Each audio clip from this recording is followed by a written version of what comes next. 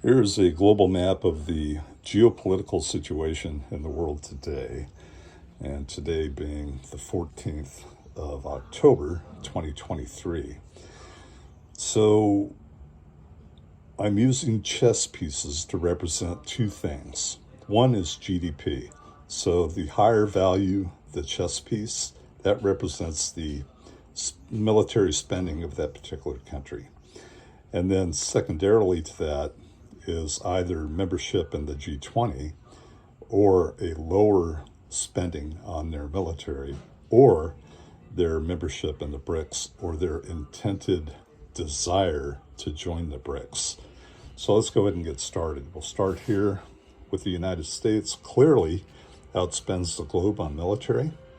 And then you have Canada, which has a very low military spending budget. Cuba is represented in blue.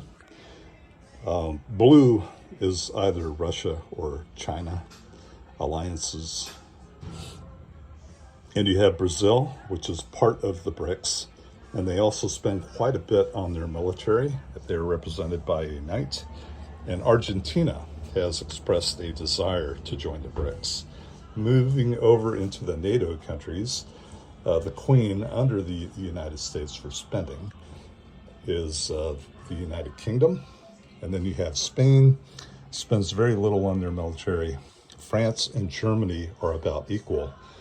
The Netherlands appears in the top 20, believe it or not. Poland and Italy also are in the top 20.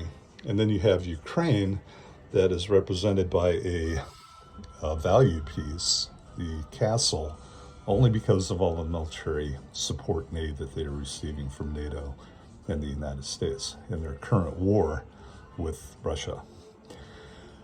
Speaking of Russia, they are represented as the Queen. They are second in spending under China. And then we have Turkey, represented by the Blue Knight. And they are a NATO member. However, they have expressed desire to join the BRICS. So they could go either way. And again, all these pieces are not set in stone. If a world war were to break out, I'm sure several would remain neutral until they figured out what side they wanted to join. And then you have Israel, represented by the yellow castle. And the pawn, the blue pawn there on the number 2, represents Hamas. And they're currently duking it out. Now in Africa, South Africa is a member of the BRICS. And you have other various African nations or countries that have expressed a desire to join the BRICS. That's why they're there. And Saudi Arabia is kind of teetering on the edge. We are really blowing it with Saudi Arabia. And they could switch over under the BRICS. I mean, they have expressed a strong desire to join. They are a friend of the BRICS. They attended the South Africa meeting. So we really need to pay attention. But they spend a lot on their military. They're represented by the bishop. And then you have Iran. They're represented by a castle, not in terms of GDP, but in terms of ability to threaten their neighbors in the region. So that's why they're a castle.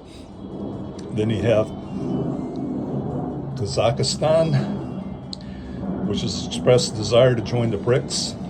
And you have here two countries, Pakistan and India, would most likely side with China because they do share a border. And Pakistan is closer to China and Russia. India, they're friendly with the United States, but when it comes down to a global conflict, would most likely ally with China. And then you have the king of spending on the blue side, being China.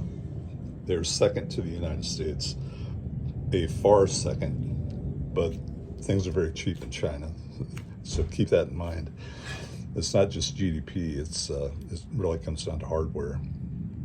And then you have North Korea represented due to their nuclear weapons capability. And you have Japan represented by a knight, South Korea represented by a knight, the Philippines being a traditional ally of the United States. And Indonesia is blue because of their intent to join the BRICS.